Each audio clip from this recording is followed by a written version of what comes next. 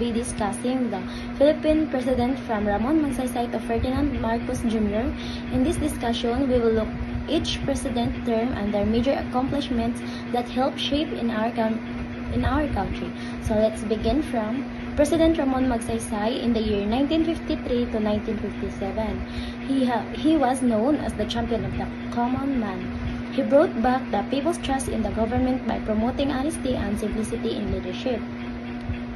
Magsaysay strengthened democracy, improved rural development, and successfully fought the Hukbalahap or Huk rebellion, restoring peace and order in the countryside. After his sudden death, he was succeeded by Carlos P. Garcia in the year 1957 to 1961. Who was recognized for his Filipino First policy that prioritized Filipino business and promoted economic nationalism. Garcia encouraged cultural pride and self-reliance among Filipinos. Next came Diosdado Macapagal in the year 1961 to 1965, who made significant contributions by changing the celebration of Philippine Independence Day from July 4 to June 12 in honor of country's 1898 Declaration of Independence. He also implemented the Land Reform Code to help farmers own their land and promoted a free enterprise economy. He was followed by Ferdinand E. Marcos Sr. in 1965 to 1986, whose term was marked by both major infrastructure projects and political controversy. Marcos built roads, bridges, hospitals, and the cultural center of the Philippines. He also implemented programs such as Masagana 99 to increase rice production and promoted energy development. However, his declaration of martial law in 1972 led to human rights violations and eventually caused his downfall during the 1986 People Power Revolution. After Marcos Sr. was Corazon or Cory Aquino, After Marcos Sr., President Corazon or Cory Aquino in the year 1986 to 1992 became the first female president of the Philippines. She restored democracy, drafted the 1987 Constitution, and re-established freedom and human rights after years of dictatorship. Her administration worked to rebuild the economy and encourage people's participation in governance. She was succeeded by Fidel V. Ramos in the year 1992 to 1998, who launched the Philippines 2000 program that aimed to make the country newly industrialized. Ramos strengthened the economy, improved peace talks with rebel groups, and solved the energy crisis through modernizations and infrastructure development.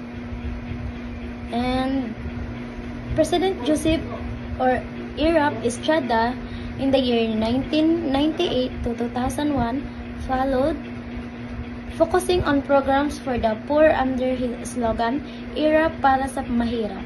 He strengthened housing programs and improved agriculture, but his term was cut short when he was removed from office due to corruption allegations during the year 2001 in sa People Power. His successor, Gloria Macapagal Arroyo, from the year 2001 to 2010, brought stability and economic growth through her strong republic vision. In that term, President Arroyo improved infrastructure, expanded PhilHealth coverage, and supported education and overseas Filipino workers, although her administration faced political controversies.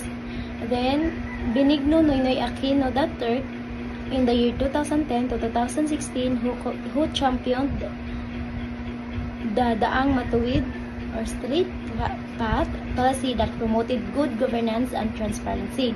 Under his leadership, the economy grew rapidly, earning an investment grade credit rating for the Philippines. He also implemented the K-12 education reform, promoted infrastructure through public-private partnership, and defended the country's sovereignty by filing and winning the case against China over the West Philippine Sea. After him, Rodrigo Roa Duterte from the year 2016 to 2022 focused on peace and order through his strong anti-drug campaign. He launched the Build program, providing massive infrastructure development, and signed the Free Tuition Law and Universal Health Care Act. He also established the Bangsamoro Autonomous Region or BARMM and managed the country's response to the COVID-19 pandemic. The current president is Ferdinand Bongbong Marcos Jr.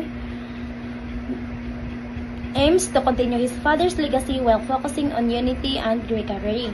His administration prioritized economic recovery after the pandemic, food security, agricultural modernization, and digital transformation.